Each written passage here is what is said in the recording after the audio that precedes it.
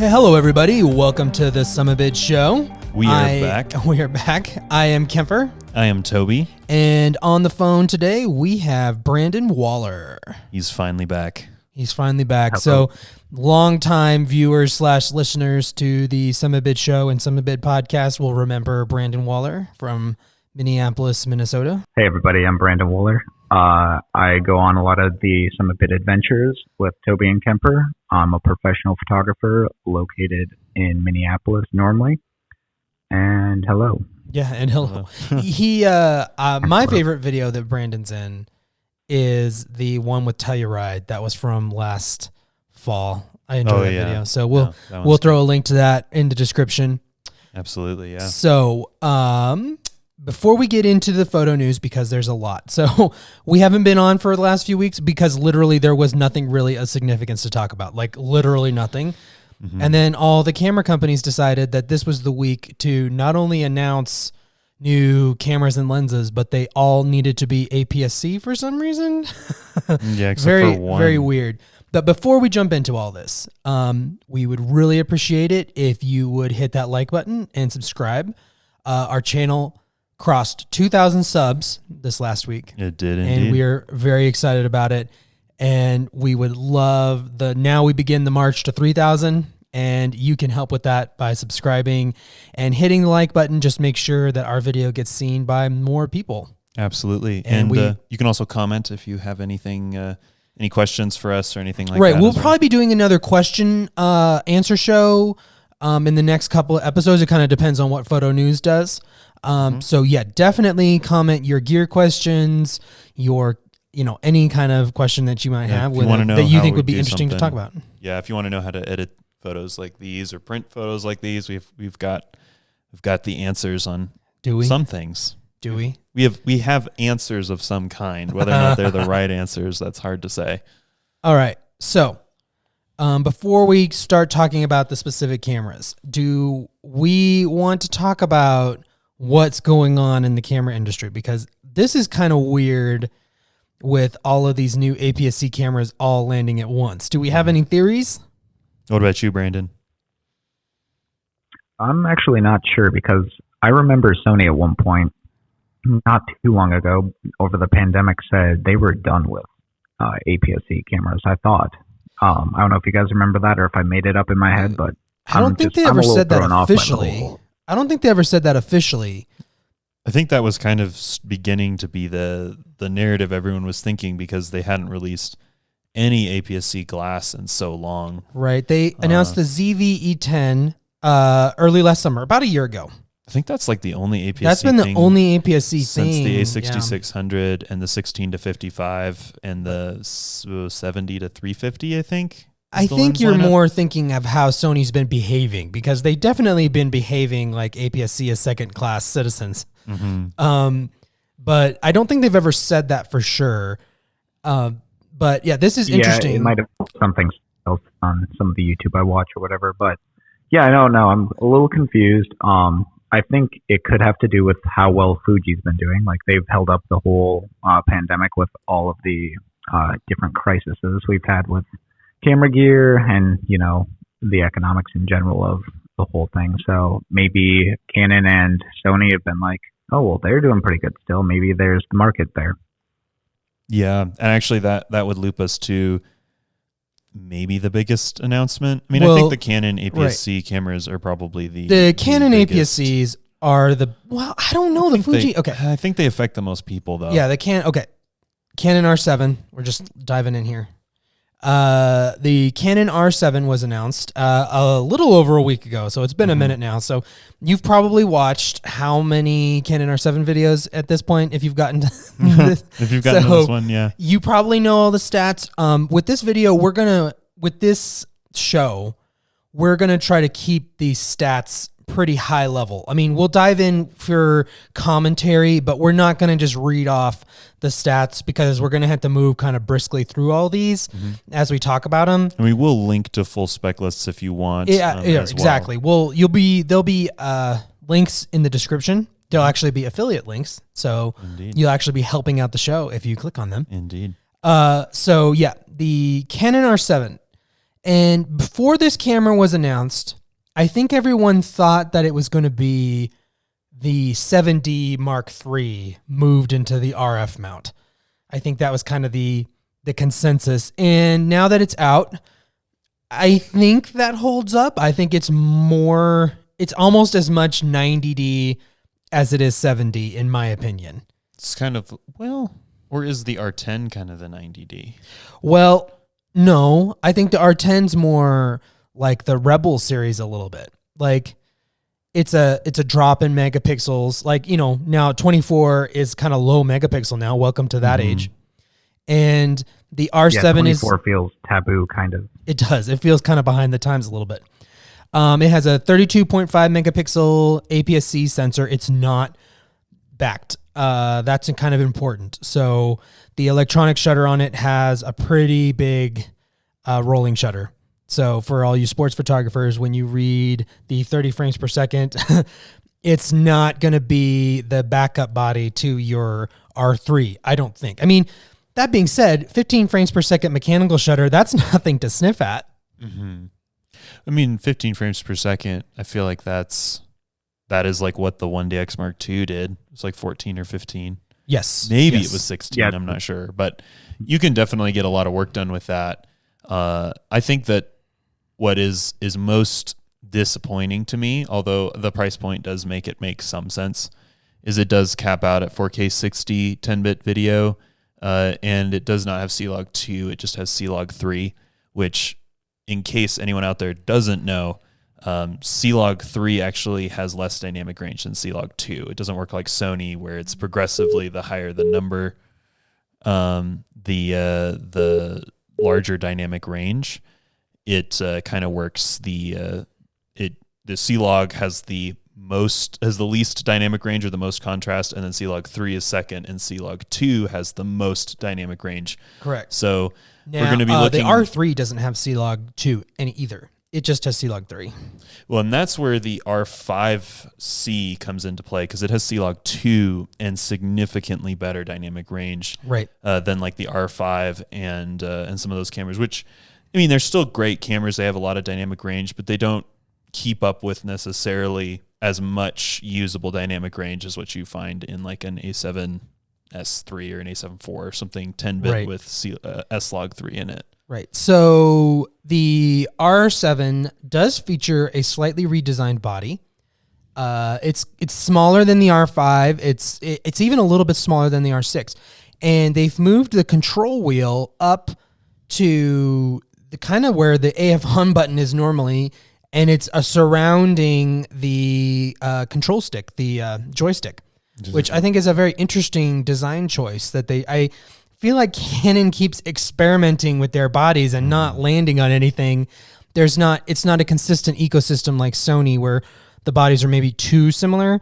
And now this is a completely different form factor. So if you're using this in an R5, it's a completely different form factor, which I'm not a huge fan of. I think it's cool that the control wheel surrounds it like that. I mean, there's something kind of cool about it, but at the end of the day, I think they should have just had it be more similar to the R6. They should have just put it in the R6 body, in my opinion. I think that's kind of just a waste of mental brain if you're using multiple Canon cameras. If this is your only Canon camera, then this should be fine. But I mean, I guess the thing could be that they're thinking some subsect of people will be purchasing this because it's smaller. I don't know. Do you guys think that that's like a reason to buy this camera over like an R5? I don't know how much lighter it is, but it is a smaller camera. It's like the smallest professional-ish camera Canon sells at the moment. It very well could be, I think. Also, if you're doing like wedding videography or something with it, you could kind of pack a couple of them into a bag and have them set up all over the place, and it's a little easier to do that with a smaller size. But I don't know, from my like personal preferences and everything. But I do know like people do like that the Sony cameras are smaller, so maybe Canon is trying to do something with that a little bit, appeal to that part of the market where, you know, Canon's come out with pretty big cameras from the beginning when they switched over to mirrorless, and now they're trying to give more options, maybe. Yeah, I mean, I think so. I think that that's also maybe the indicator to me that it's more of a 90D replacement than a 7D replacement, because the 7D was kind of famous for being in the same body as the 5D Mark III. It was almost identical to the 5D Mark III, and I used a 7D for several years, and that was what was cool about it. It was the exact same body. And this is more, it's smaller, it's lighter, and it's, it's just a little more consumery looking on the back. The little D-pad thing, it's just not as pro looking, in my opinion, and probably pro feeling. I haven't held it, but yeah. I have a question then. Do you think there is another APS-C camera coming to fill that 7D spot? No, I don't. I think that they kind of blended them, and they just decided to go smaller. I think that we may be officially out of the age of the main camera companies releasing those pro APS-C cameras. And what I mean by that is inside of the same form factor as a pro body. I think both Canon, Nikon, and probably Sony, any APS-C camera is going to be smaller and a little feature stripped.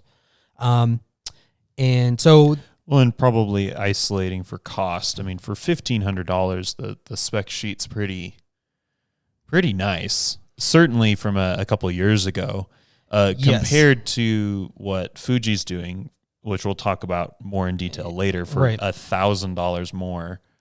I mean, this is doing a lot of what that's doing, and is probably a better stills camera overall. I mean, it does bring more megapixels to the game. It brings more megapixels. It brings better autofocus. Like, Fuji's autofocus has gotten better, but it's not. If this is the same autofocus as the R3, it's better autofocus than what Fuji's got.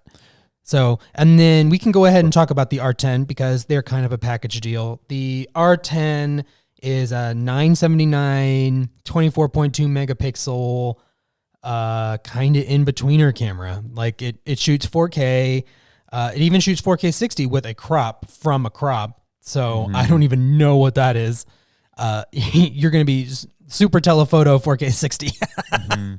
Because, that's something else we should mention is that Canon APS-C is a different game than everybody else APS-C. So Sony, Nikon, Fuji, it's all 1.5 on full frame, and Canon is 1.6, which it doesn't sound like it makes that big of a difference, but it really does. It's 10%. Right. It turns a 16 millimeter to a 28, I believe.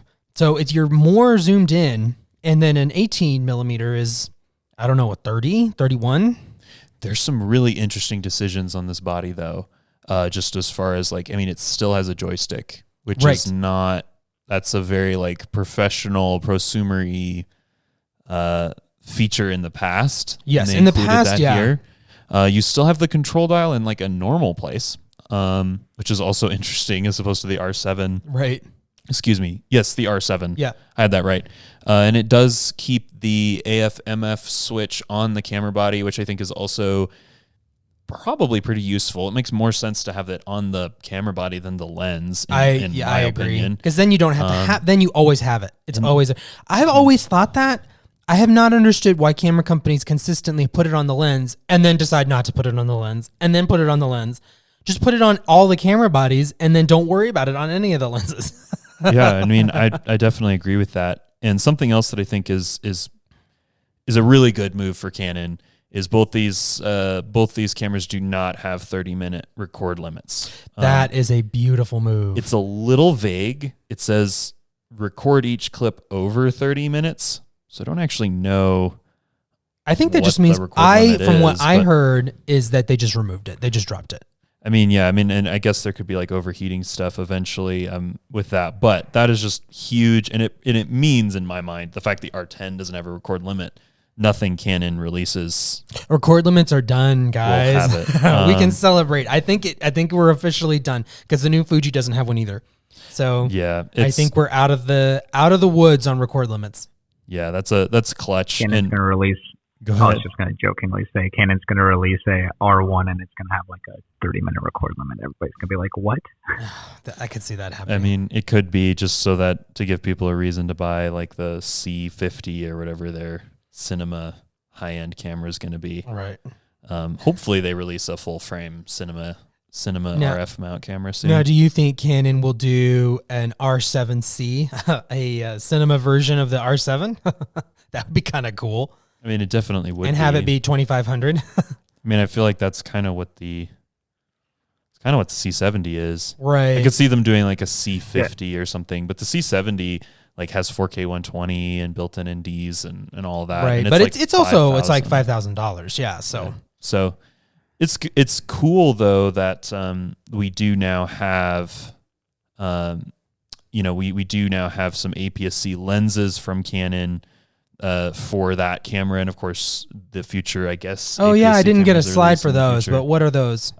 They released an 18 to 150 3.5 to 6.3, which is it's a combo with. Okay. I was going to say for a second, that's very expensive.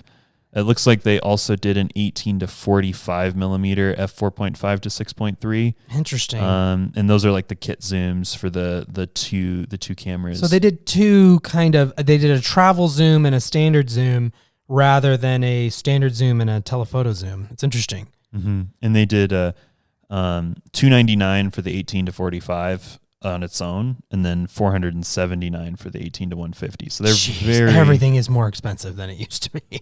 I mean, $299 for a standard zoom. That's pretty. Yeah, those pretty used cheap. to be $150. Like the one that I had, the 18 to 55 that I had back in the day was $150. Like it was under 200. So Well, you couldn't even sell them for anything either, too. They were Right. kind of... Yeah, you literally couldn't sell it. Yeah. But they've also announced they've also announced that they're going to be releasing in 11 to 55 millimeter f4 to 4.5. Oh, which is very interesting. That's nice that it's f4. Interesting. It's an 18 millimeter to 88 millimeter equivalent. And then we're That's, looking wow, that's pretty nice. 16 to 55 f2.8 IS. Oh. As well. Oh, that's another thing we should talk about is that the R7 has IBIS. That's for some reason. Oh yes, no, there it is. They're calling it sensor shift. That's why I missed it. I do not believe that the R10 has IBIS. Interesting. It is. Yeah, it does not. So that's kind of a sad day for the R10, which it is seems already like- $1,000. I'm trying. Well, it just seems like it's not a carbon copy, but very, very close to the Sony A6400, actually. When you kind of look at the stats, 24 megapixels and no image stabilization, I mean, it has the 15 frames per second still, which is pretty crazy, but Yeah, the 15 seems frames like per second a- mechanical is nice on that. I mean, there really are some nice things yeah, about that's the actually R10. bizarre, but It is expensive though, and it's hard to necessarily recommend to someone to buy the R10 when you can get an RP for cheaper than this. Right, and It's still it's a better video camera, probably. No, Yeah. it is. It's a better video camera than the RP is. But like from a stills perspective, I mean, the RP has a 6D Mark II sensor in it, so no big dynamic range advantage there. right. There actually are a couple more RFS Negative. lenses coming though. The 22 millimeter f2, a 32 millimeter 1.4, which is a 35, and then a 50 millimeter equivalent, and then a 55 to 250, 4.5 to 7.1, which is an 88 to 400 millimeter equivalency. Right. So they are Cool. going to be fleshing out that lens lineup quick. Yeah, that is a pretty well-rounded, considering that Nikon's APS-C, while the lenses are good, is not there. I think there's just two or three. No, there's just two. Just the kit lenses. Yeah, the 16 to 55 and the 55 to 210. So, Yeah. or 250. It's 250. So as we go through the cameras, I think that it is maybe the best value we can give on the show is to talk about who these cameras are for, what style of shooting. And we kind of talked about the R10 and the R7. There's probably people trying to pick between the two. Who do you feel like is the best to go for? And maybe who's someone who might be looking at these cameras and maybe shouldn't pull the trigger on them? Okay, so to go back to the R7, I'm a little stumped because, yeah, sure, it has a lot of great features, but it's $1,500. I think that maybe the video features are where like, because like what I'm trying to think through is why you wouldn't go and get an EOS R, which is $1,500 as well, and you get a similar megapixel count but a full frame sensor. I mean, this has 2 card slots, I guess. The autofocus is probably a little bit better, but I would trade those things for a bigger sensor. I mean, for me personally, from a stills photographer's perspective. When the EOS R sensor, I think we can both speak to this. It's not necessarily the greatest sensor ever, but it's really nice. It is nice. It is nice. It's got a nice image that comes off of it as well. What about you, Brandon? R7. Okay, so I don't think this was the intention, but I feel like this would be a very good use case. Beginner sports shooter. Somebody who's trying to get into doing sports shooting. And like you guys said, or like what was mentioned a little bit ago, 30 frames per second is not going to work for that as much, but the 15 frames per second definitely will. So if you're getting into sports shooting and sports videography, I feel like this is maybe a really good option. Yeah. Yeah, I mean, I can see that. I can see that for sure. 15 frames a second is good, and the autofocus is good. It is. So to build off of Brandon's point, what I think would be a really good placement for the R7 would be somebody who wants to buy the 100 to 500 from Canon, and this camera for shooting birds and then like wildlife you cannot get close to at all, whatever that may be. Because that's going to give you the most pixel density at like 500. So we're talking about like 750 millimeters. No, it's like almost 800. Yeah, it's 1.6. Yeah, because it's 1.6. So you're getting close to 800 millimeters with a 32.5 megapixel sensor. And that 100 to 500 is really sharp. So while it's maybe not going to get all of it, it's going to get close. And that combination, that 1-2 punch, that may be worth someone who owns an R3 to own this camera, because it's going to put that pixel density, particularly in the Canon lineup right now, because they don't, the R3 is 24 megapixels. It's not 50, right? Like Nikon and Sony have going on for their sports cameras. So I think that you can't really crop in with the R3 really. Yeah, that's a good point. I think that this is the best teleconverter that Canon has released for the RF mount. $1,500 catalog. I mean, I'm buying what you're selling, both of you. But I really agree with Kemper in that it lands in a weird place for your meat and potatoes photographer, which I think a lot of them are going to be looking at this. Like a landscape shooter, definitely go for the EOS R. Yeah. You can get it for cheaper. Portrait photographers, I think, definitely go for the EOS R. I mean, the autofocus is an argument to talk about. Right, but still the depth of field and all that stuff is better. For a little more money, you could get the R6. I think the R6 is maybe just good for portraits mostly, but it would be brilliant for that. It has the good eye autofocus. The biggest thing to me with both of these cameras is they right now, on a budget, they seem to me to be the most sensible. Like, I am wanting to start a YouTube channel and take it seriously. Because of how inexpensive they are. They give you 10-bit video, 4K 60. This one does. I mean, the 10-bit is, I do not think that the R10 has 10-bit. I think it does it's 8-bit. Not appear. Yeah. So yes, I do think I agree there. As a videographer, this is a great way to get cheap 10-bit. And to get started, because getting in the door, we're going to transfer over to talking about the X-H2S here in a moment. And that camera is great, but it is not a beginner video camera. This one would be excellent if you don't want to grade your footage, because 10-bit doesn't really matter unless you're grading your footage and shooting in log. So I think that this camera would be great for people. It would also be good for people who maybe own an EOS R and maybe want to just add a second camera that can shoot video. I could see the R10 being good for that because it's so small.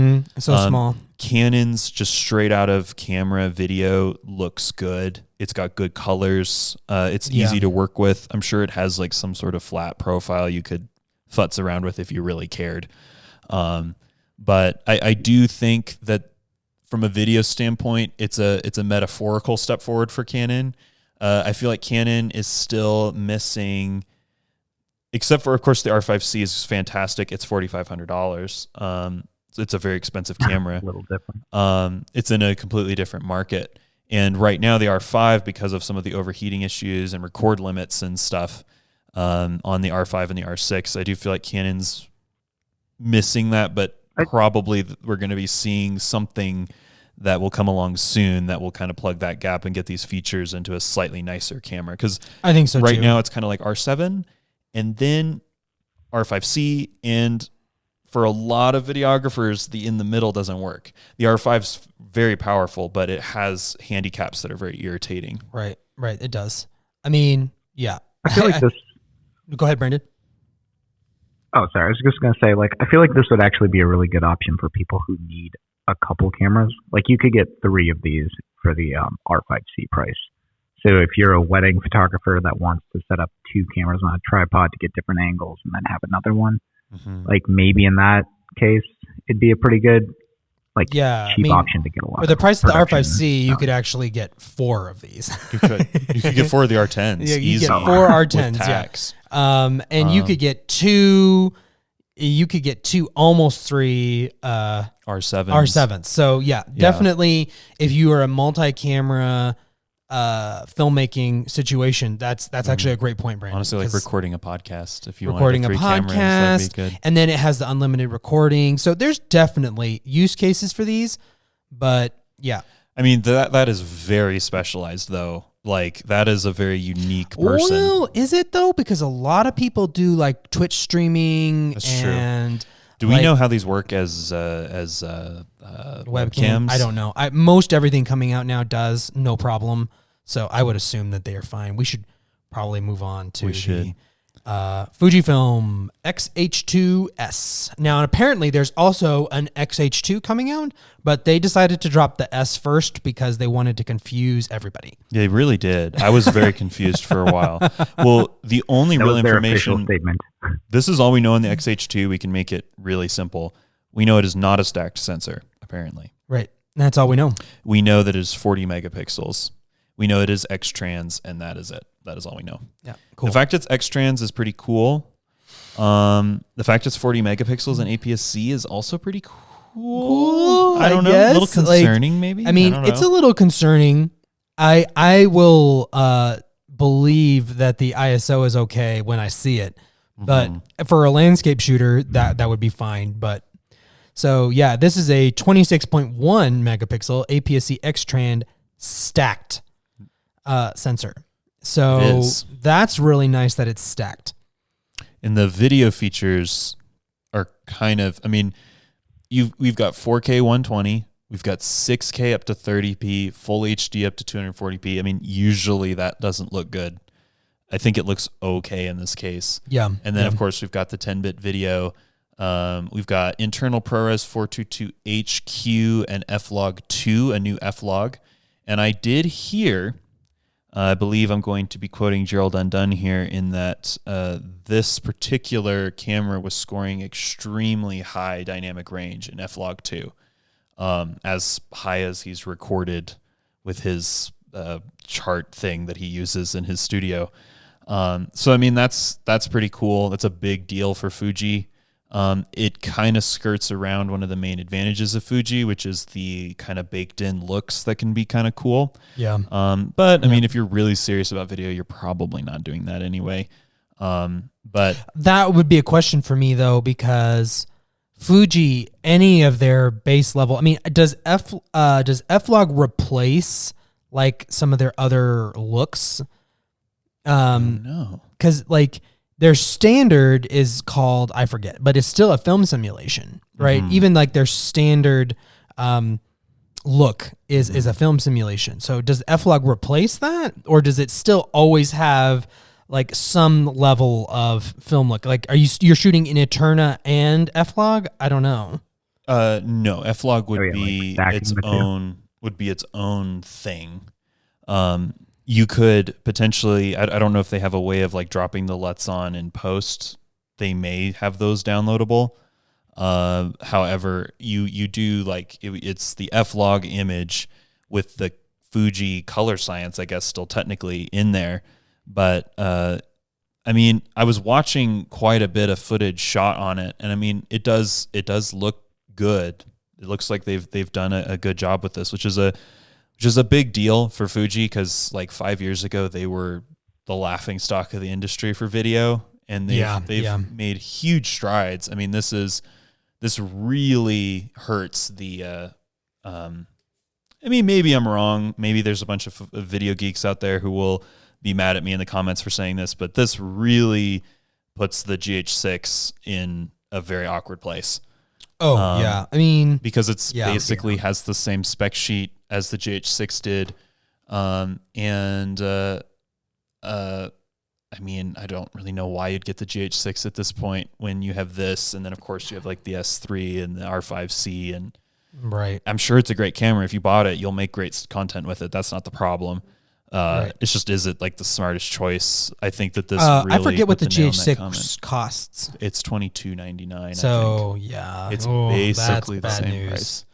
And this probably has better autofocus. I mean, I heard that the video autofocus isn't amazing. The stills autofocus is fine, but the video is not great. It seems extremely lens dependent. Philip Bloom did a really great video on Fuji's autofocus.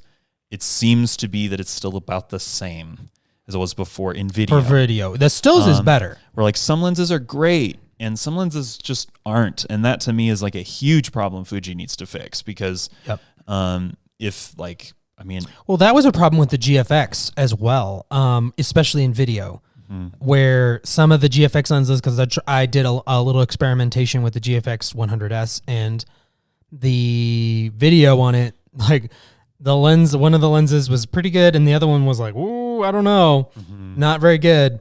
So yeah, interesting. It has a CF Express Type B and an SD UHS2 card slot. So it did the two different types, which I'm probably one of the few people on the face of the earth who actually likes that. It actually kind of annoyed me in with the Nikon Z9 that it doesn't have an SD card slot. Part of that is because we still live in an SD world, and it's just nice to be able to just easily offload footage from it. You can just, now that the MacBook Pros have the SD card slot again. Thank you, Apple. Right. It's so much more convenient for like quick stuff. And then like you have to make sure you have a reader with you. It's another liability and all that stuff. So, well, and the readers, in my experience, are not good at all. And we got pretty nice ones. We got pro grade. Yeah. And they were not working half the time. They have quirks. So anyway, I kind of like that they do that. They have the CF Express, so when you need it, but you have the SD when you need it. So, you said you feel like you're one of the few people. I actually think you're with the silent majority on this, because I think that a ton of photographers, I'm sure Brandon can speak to this with the work that he does, where like you just need to take pictures. You're not necessarily shooting at the maximum frame rate. Like you just need to take pictures of hats or models or products or whatever, and then just offload them. And SD cards are cheaper and easier to own and buy. They're easier to offload, like you said. The workflow is better. I think that serves a lot of photographers well. I realize that it affects the redundancy shooting in the highest frame rates or whatever. That's basically the reason. That's what you're going to be running into. And honestly, like if you're a super professional photographer at a NFL game, like please buy the flagship bodies that have 2 CF Express card slots or whatever. Yeah. Like just get the super nice stuff, because honestly, you could still do dual for a wedding. You're probably not pushing the camera. Oh no. So hard. Would you say for a wedding you would be, Brandon? I don't think so. Most weddings are kind of like slow paced, like for shooting at least. Like it's not like you're hammering off shots. I mean, if you're doing video and stills, that's a whole different story. Although you're crazy if you're doing that, but yeah, I don't think so. What about? Have you heard a lot or read a lot about the X-H2S, Brandon?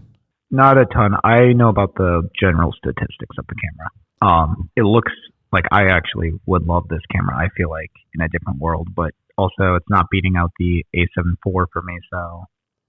Yeah, very true. I think that's its biggest issue. Yeah, we have a beautiful my beautiful A7 IV here on the table, and it really is the problem. Honestly, if the A7 IV didn't exist, I think there's a chance I would be looking pretty seriously at this camera, or at least entertaining the idea with a little bit more attention, because it is bringing things that I think I would find somewhat useful. 6.2K is really cool. I will note it is open gate. And for those of you out there who don't know what that means, it just means it's the full sensor. It's 3x2. It's the same width and height as a raw photo would be.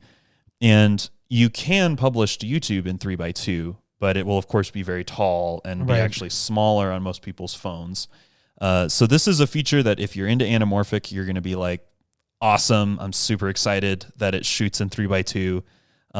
Because you're going to be able to get even a nicer stretch on your image from there.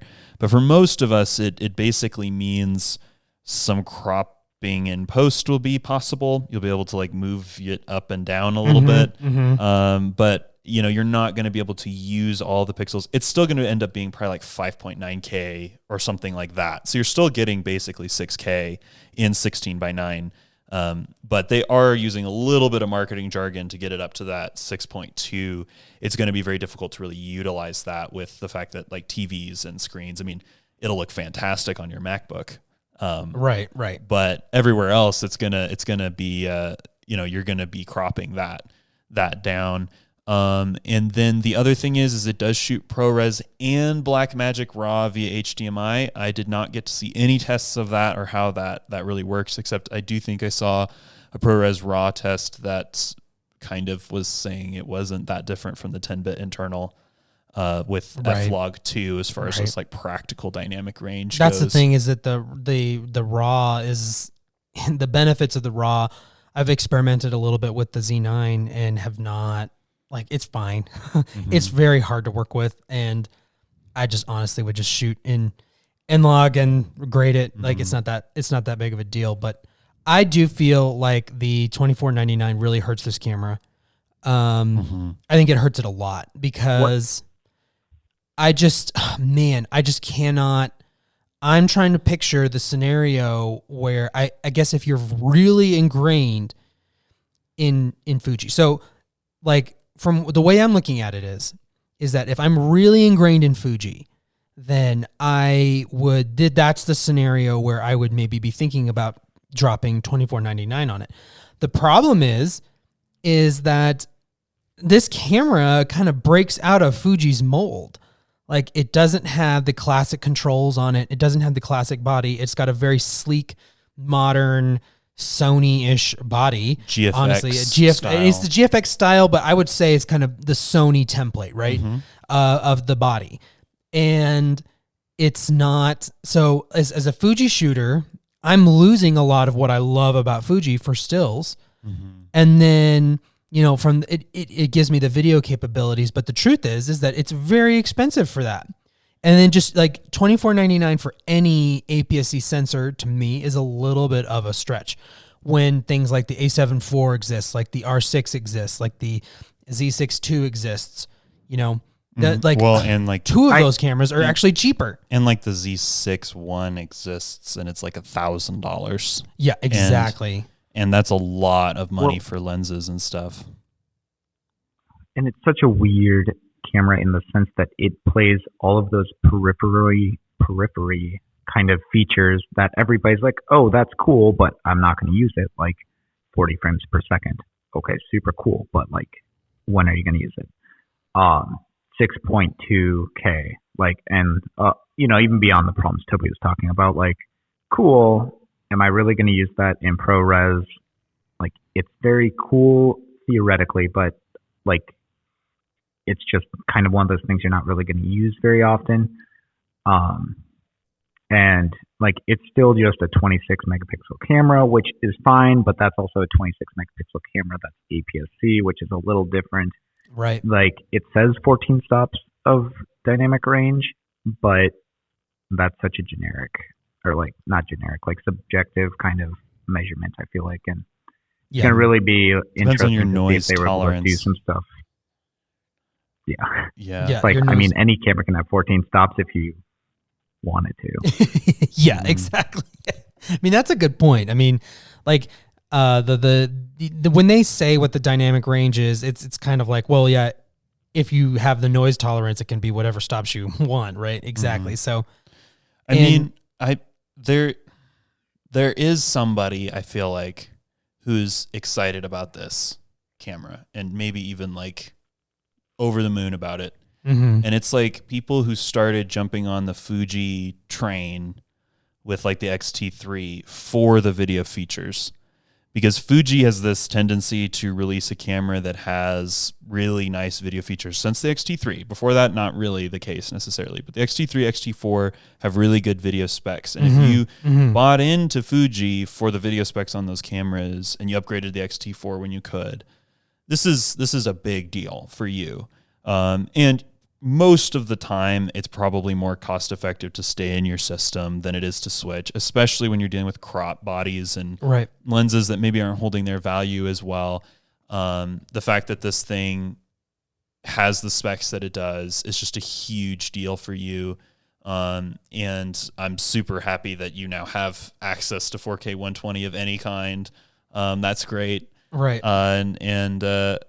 Just in general, like that person, this is a boon. The place where I think that this camera falls short, I mean, that's basically repeating what you said earlier. Where this camera falls short to me is in the pushing me to want to buy in. If it was $17.99 and I could buy 3 of them, I would, and it proved through a lot of testing to be a very stable platform. Right, with the autofocus. With the autofocus and overheating, etc. I would be really tempted because it does add video features that I don't have on all my cameras, like raw external recording, 6.2K. I would still be able to use both of those features. Full size HDMI. And the image is getting very good reviews from people using it. That the noise is really pleasing as noise can be. You do have stuff like the built-in Fuji looks, which I go back and forth on how good of an idea I think that is, but it is cool that it's there. Fuji is maybe implementing that the best. Yeah, they are implementing that the best of anybody. So I think it's a camera that maybe more what I'm doing is I'm kind of looking at Fuji out of the corner of my eye and being like, okay, that's cool. You've got really cool lenses. Fuji's got the 18 to 55 cine lens and the 50 to 100 or something like that, that are industry kind of turning into little mini industry standard cinema zooms and stuff like that. So I just don't see why you'd buy this hybrid camera over the A7 IV for the same price, unless I guess if stills just literally didn't matter to you at all in any way, maybe it's a better camera. Maybe. But here's the thing, and this is it is kind of weird to me because like I reiterate I will reiterate that it goes against, it's like it's a camera for Fuji users, but it kind of goes out of the mold of Fuji cameras. And if I were a Fuji camera user and I bought into the whole Fuji thing, which there's part of me that it appeals to, like the manual controls and the old schoolness of Fuji, right? I'd be kind of frustrated that they're like, oh, wow, here's a cool camera that has all the features you want, but we're taking away most of what makes Fuji a Fuji. And the Fuji experience. The Fuji experience. Like we're going to take that away from you to give you all these features. And to me, I'm just like, okay, fine.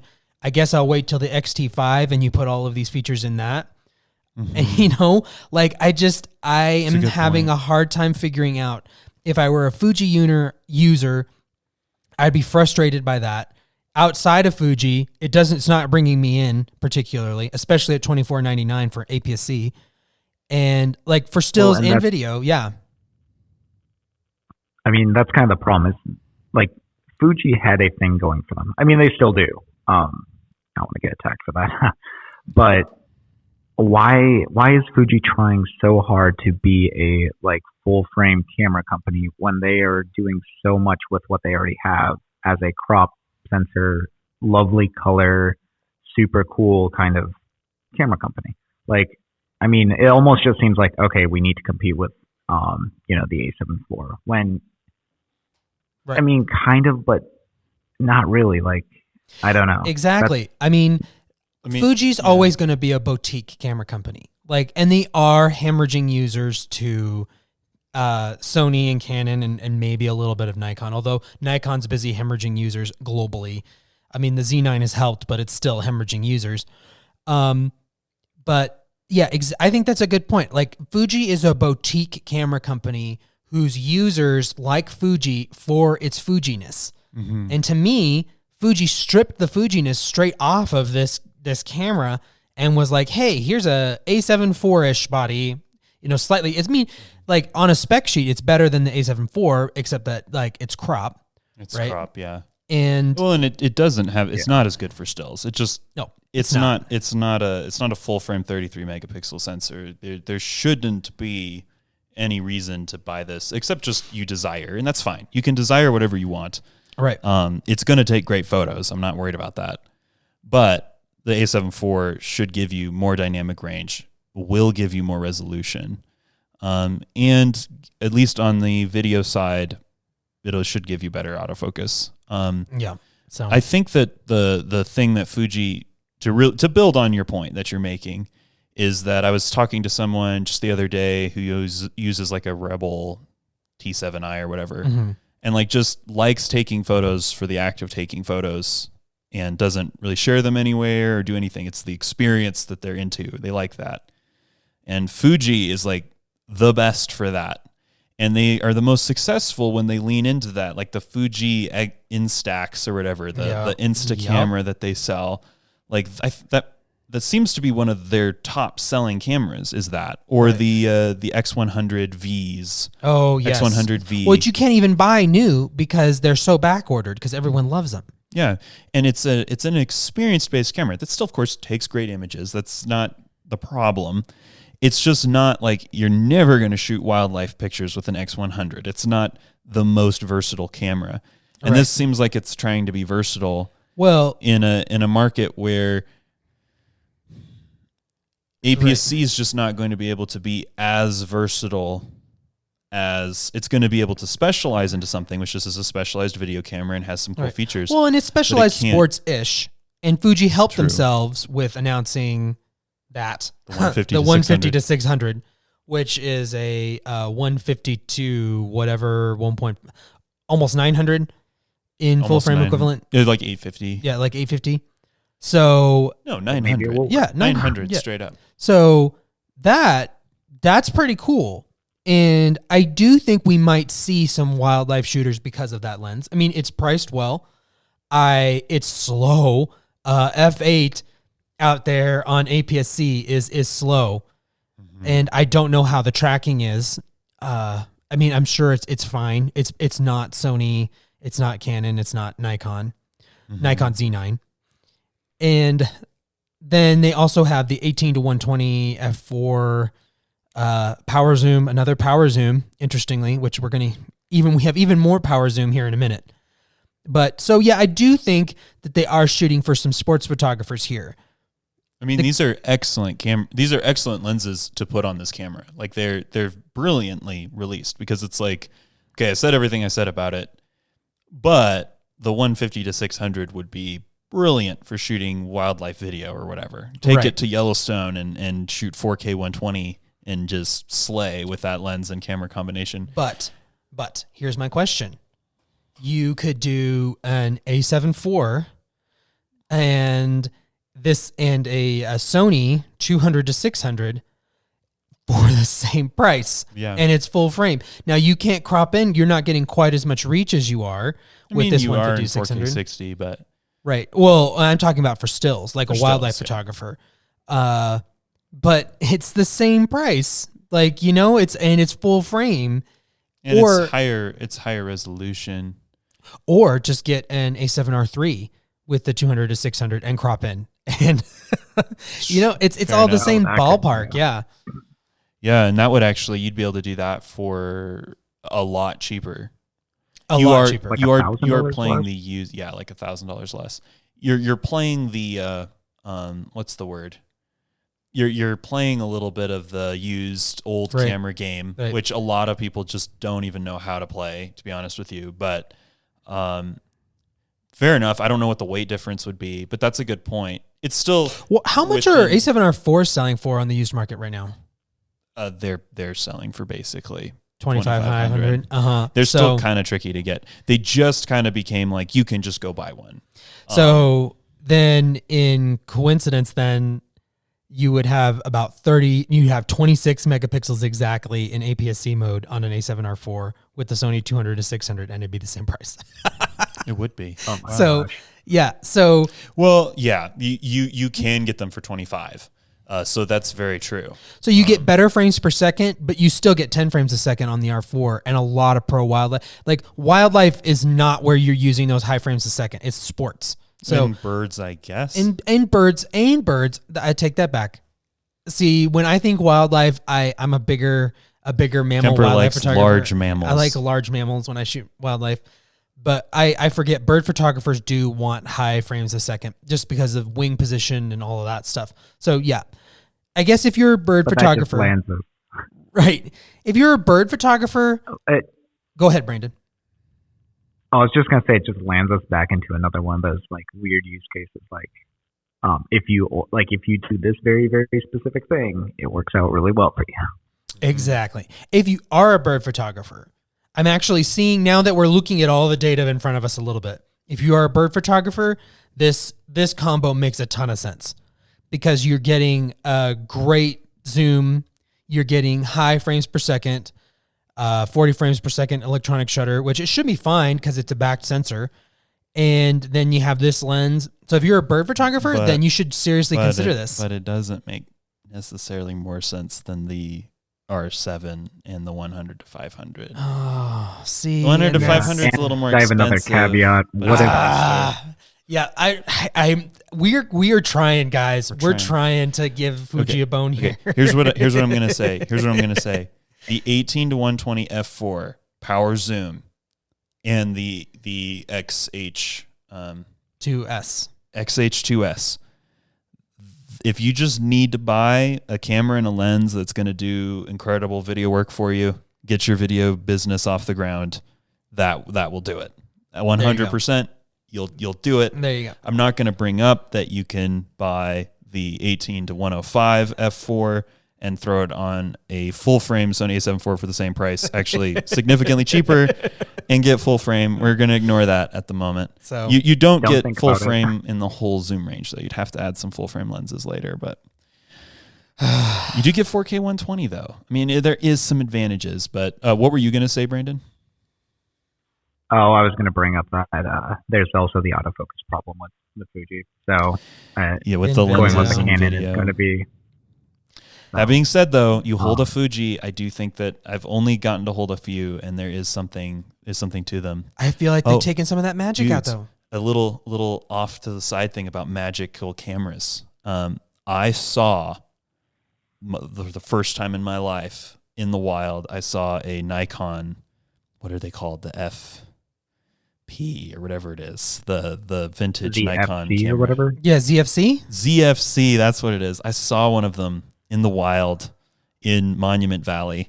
Somebody was using one. Nice. And dude, that thing looked good. That It thing does looked look really good. good. Slung around his shoulder with that like brown, he had like a brown leather strap. He leaned in for He sure. leaned in. He leaned all the way in and had like the silver lens on it too. So it looked really cool. That's cool. And it's like that's people do want that Fuji. They do. They do. desire it. yeah. They do. And it seems a little pointless to me All right. at the end of the day. I really wish Fuji would have doubled down on the Fuji look and tried to bring it to their video. Because, like, obviously there's all the little problems with their video that we've talked about so far. But if you would have branded the video to be, like, a cool film video look, I feel like right off the bat, if, like, they doubled down on that, it would have been. I mean, it's in there. That would have been all the perfect. film simulations can be Yeah. shot in video. Yeah, they can. And that would be the magic sauce. Yeah. If you really want that. It's just you can get that in post with a LUT. you can get that in post, and I just think that it sounds great. It sounds like a great idea. But you want the flexibility. You don't necessarily want to bake it in because you don't know all the different situations you may want to use that in. Maybe you want to use it in the wedding film that has one grade and your show reel that has another grade. And those are two very important different use cases. And if you just shoot an F-Log 2 or any other camera in log, you'll be able to grade them more specifically to a look. Right. There's definitely an argument to be made that you don't necessarily, like, you're not going to do that with every shot, and maybe you can plan it out. I don't know. But we should probably move on. Yeah, we have more announcements because Sony decided to awake from its APS-C slumber and announce 3 lenses. I think Sony was just jealous. They were like, we need to do something. Right. We need to do something. We need to make our APS-C relevant again. And I am tempted. Fear of missing out. But you don't even own a APS-C. I guess you'd shoot it in APS-C mode, right? Shoot it in APS-C mode? Well, because the A7 IV, my little homie here, doesn't have rolling shutter problems in APS-C mode. So I'm like, because sometimes I've been tempted and been considering deeply, although it does break my heart to think about going on a hike or a climb without my A7S III that has been through so much with me.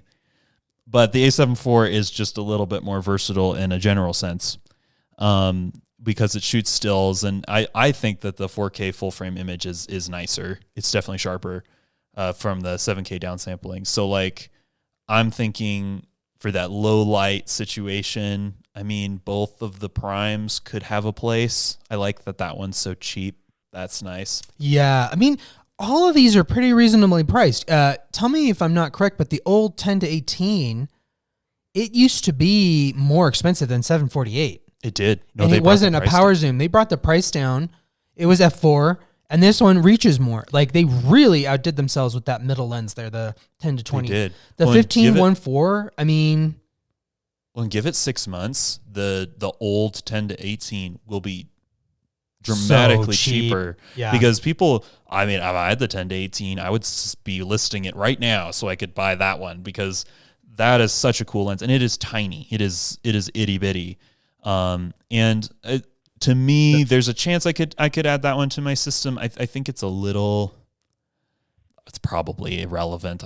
I have the 17 to 28, and I would rather get the full frame 16 to 35, but it's super cool that they made that lens. It is super cool. And then the 15 1.4, that's super fun, and the 11 1.8. I mean, great job. Yeah, this is what your lineup needed. Except, oh yes, Sony, it also needs a cool camera body to put them on, because we're kind of running out. The A6600's impossible to get and old at this point. And the ZV-E10 or whatever doesn't have IS. And these are obviously vlogging lenses. None of them have IS. Right. So, what's the deal? Where's the 10-bit 4K 120? Where's your X-H2S Sony? Because that's the camera I actually want to buy. Yeah. If it's 2500, you want to buy nowhere. If it's 2500. What? Okay, hold on. Maybe. Quick question. What features would it have to make a crop body like that worth 2500 for you? Or let's say even more, like if it came out at like 29 or something. If it came out at 29, 29 would be tricky. Personally, I would love a camera that took the features of my A7 IV and my S3. So basically like the 4K 120 and the super, like, it's definitely not going to overheat robustness of the S3. If you could kind of take those two, the stills capability of the A7 IV, and some of the video reliability of the S3, and combine them together, even with like the caveat of it, maybe not having the best low light performance in the world, that would probably be something I would be intrigued by. I don't know that I would sell. I definitely wouldn't sell both of them to get one. Or I would just want to add it to my system. But I could see that being a valuable asset if they could do things like get the rolling shutter really low on that camera, and just make a really kind of just a really good APS-C video camera, because I think that's where the video side of things is where you're going to be able to excel at this point with APS-C. And I think you can see that with the X-H2S, in that it does have 4K 120 and 6K recording. And the same thing's true with the GH6. they're expressing that fact that they are smaller sensors, and that does have advantages. The problem is that Sony has yet to release a camera that takes advantage of that in any way, from except for the fact that the A7 IV is fantastic in APS-C mode, which is why I would be thinking about these lenses. But to me, an X-H2S that was just Sony, with Sony's autofocus that worked with all my Sony lenses, that would be intriguing in a way that a Fuji, the fact that camera is completely on its own in its own system, just doesn't have that appeal. Well, and these lenses do fit on not just the A7 IV, they also fit on the A1. They do fit on the A1. The A1, it gives it the capability of being really small and light and having a high quality video, lens on it. Oh yeah, absolutely. So there's lots of. Go ahead, Brandon. Sorry. I was just going to say Sony has done really, really good at making very good full frame crop cameras. When you think about the A7 IV, the A7R IV, the A1, they're all like really good crop cameras too, without being crop cameras. Right. And there is a chance that Sony's doing the mental calculations and choosing that makes sense. I don't know that they'll sell enough of these to full frame owners. And I mean, so many people own the APS-C stuff. Right. I use Sony APS-C for a long time. The issue is I know that it has problems from a video standpoint. From a stills standpoint, those cameras are really good for what they are. An A6500 for like $700 these days with one of these lenses would be a good starter landscape camera. It's just you run into, and the other thing that's really nice about those cameras as well is they are so tiny. They're tiny on a level that like the R10 is not. They're tiny little rectangles with tiny grips, so they really fit in your pocket. And I think a lot of people you can just carry it anywhere. And these wide angle lenses, I think, are intelligent choices for Sony to release as well for those. Yeah. I just think that I don't know that I'm about 90% convinced, 90 to 95% convinced that this means there will be more Sony APS-C cameras. I was honestly wondering if there were going to be, but there'll be something else. It's just, I actually think it's probably going to be basically an A6000 upgrade or something like that. You don't think it'll be a 6800 or something like that? They could release another 3 cameras. They could do the A7. This would be super cool. They could do the A6700 and then the 800 and 900 like they did in 2019. Oh, right. And release some more lenses and, have that you have your stripped down bare bones A6100 like they did before. So that would be the A6800 or 6700, sorry. And then you have your kind of middle of the road, missing some features, but still has the worst battery, etc. Right. And then you have that more like prosumer A6600 level camera as well. Maybe they are like getting ready to do another refresh of all of those, and that would probably make sense, especially with these lenses. These lenses sure help. Would work great with that. I think that from my perspective, though, I think that as much as I would love to see Sony make basically an X-H2S, I think they're going to be, I don't think they're even necessarily going to meet the maximum. They're going to meet the quality of the R7. They're not going to be the X-H2S. Yep. The X-H2S is going to be the king of APS-C video, and the X-H2, when it finally comes out without the S, will be the king of probably APS-C stills, right. At least from a resolution perspective. It's just, is there a market for that? Is there a market for that? That's is the question. Because I don't think Sony's going to compete with the X-H2S. I think there's a very good chance something that competes with the R7 is going to come out. I agree. And I don't know that I want that camera. Maybe I do. But I don't know that I want a $1,500 R7 that's a Sony. I agree. I don't know about that. But I think a lot of people really do. They really want that camera, and could make a lot of social media type content with that. So, okay, There was one little tiny piece of full frame news, and this is going to wrap up our show today, is the Sigma 16 to 28 2.8 DGDN contemporary lens. So Sigma basically is trying to go toe-to-toe with Tamron, and this is for Sony E and Leica L mount, so no Nikon and Canon yet, and I don't think that's coming anytime soon, unfortunately. But yeah, so this little guy, so it's going toe-to-toe with the Tamron 17 to 28. So I mean, I think pretty obviously is it's 16, which the 17 never bothered me on my. You're actually watching us on a Tamron 17 to 28 at the moment. That's the lens that's on the S3, and it never bothered me for a second. And then I went to Utah, and it bothered me greatly that I had only 17. I wanted much more, but I really wanted more like 15 or 14. But it's nice. I think it's basically just a 17 to 28 though. That Sigma made. Sigma did this with the 28 to 70. Right. And they made it a little smaller. And there was some sketchiness on the image quality. So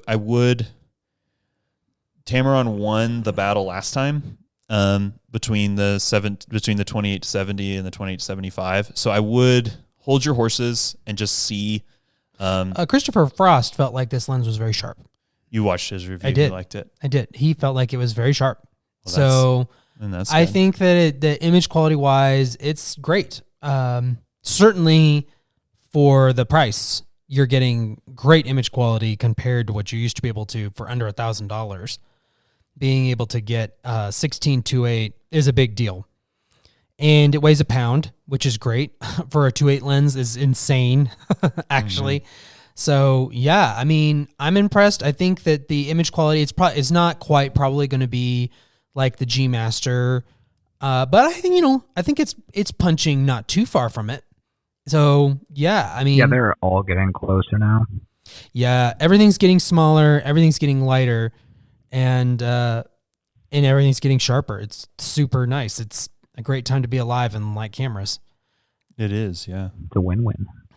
It's a win-win. So yeah, I mean, there's not a whole lot to cover with this lens other than that it's great for video as well because it is internal zoom. So that is really nice. It doesn't so you can put it on a gimbal as the main thing there. And it's 72 millimeter thread. Indeed. Well, it's actually that would be bigger than the Tamron, which is 67. Yeah, it's 67. Yeah, well, it had to be a little bigger to get 16. Yeah, I think it is a little bigger. It's a little heavier.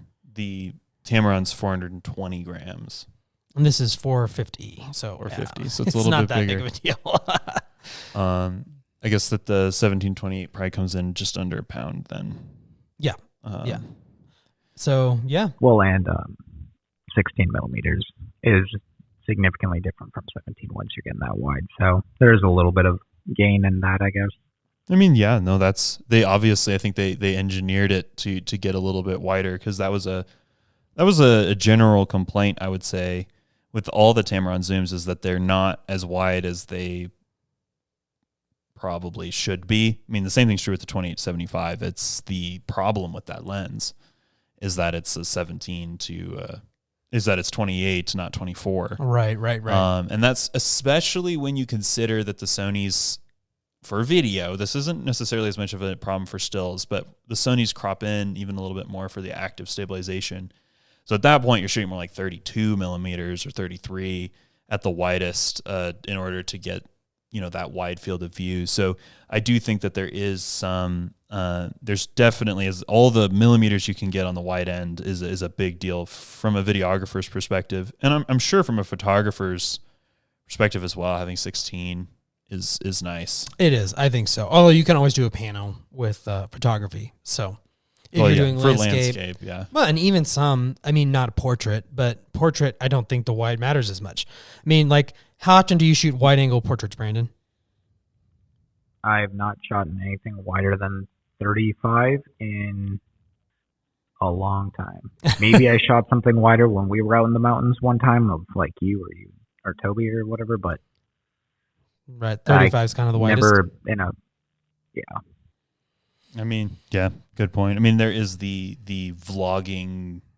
This is a vlog lens. I'm sure people will use it for that. Although, that's fair. The fact that you have 16 is a definitely benefit in that scenario. So yeah, I mean, this is in some ways the easiest to cover of everything we talked about today because it's the most straightforward. It's full frame. Yeah, full frame. Back. We're back in the in the land of the sane. So I don't know what's next from the camera companies. I mean, I would assume we're going to hear from Sony on getting a phone call. I'm assuming we will hear from Sony on we will hear from Fuji on the X-H2 normal, not S. So I'm assuming that's coming relatively soon. Who knows? And why that they didn't just announce them at the same time is also odd. But well, and I know that Sony has that one camera that doesn't have a designation or whatever. Is it part of a new line? That's the Sony Alpha Rumors guy sure believes in it. It'd be interesting to see if that actually materializes or not. But the R5 is coming, the Sony A7 R5, from Canon. I don't know Canon's going to get a high megapixel at some point. I did see a rumor on Canon Rumors, a CR3. And CR3 for him's like pretty sure. That's like he feels like he's heard from someone that's gotten things right in the past, I think is really what it means. And it looks like 2023. Yeah. So I mean, this may be the busiest week of 2022.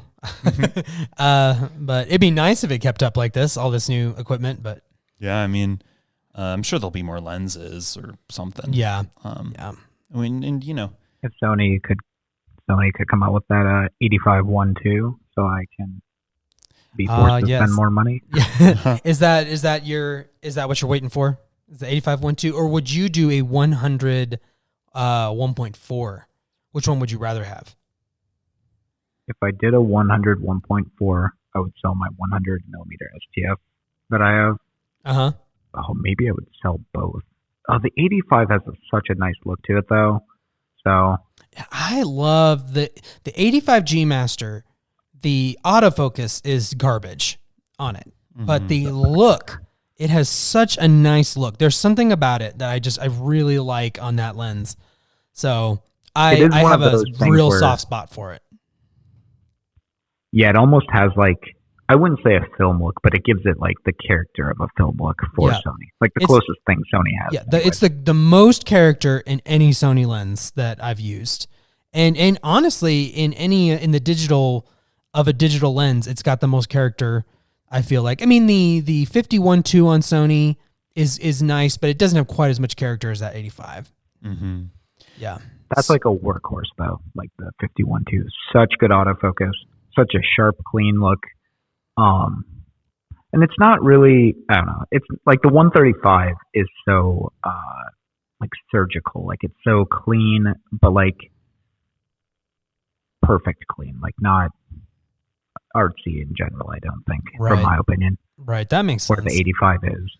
And then the 50 is kind of in between, maybe. I don't know. That makes sense. I would agree with that, having used all three of those lenses as well. I would agree with that. The 135 is so crazy, insane, sharp. Next level. Kind of next level. But there is a clinicalness to it. It doesn't have quite as much character with the color rendering and just the transitions and all that the 85 has. So, well, thanks so much for watching this jam-packed show that is, at least unedited, is an hour 14 minutes long. I'll see if we can get it. Let's see if we got it down at all. But if you watched it all the way to the end, and you have an idea for some topic you'd like us to cover, because as Kemper mentioned, we might not have a ton of news. We would definitely be happy to cover topics that are important to you guys, like lens purchases, how we edit things, whatever it may be. Right. So definitely let us know, or if you have questions. Portraiture, maybe.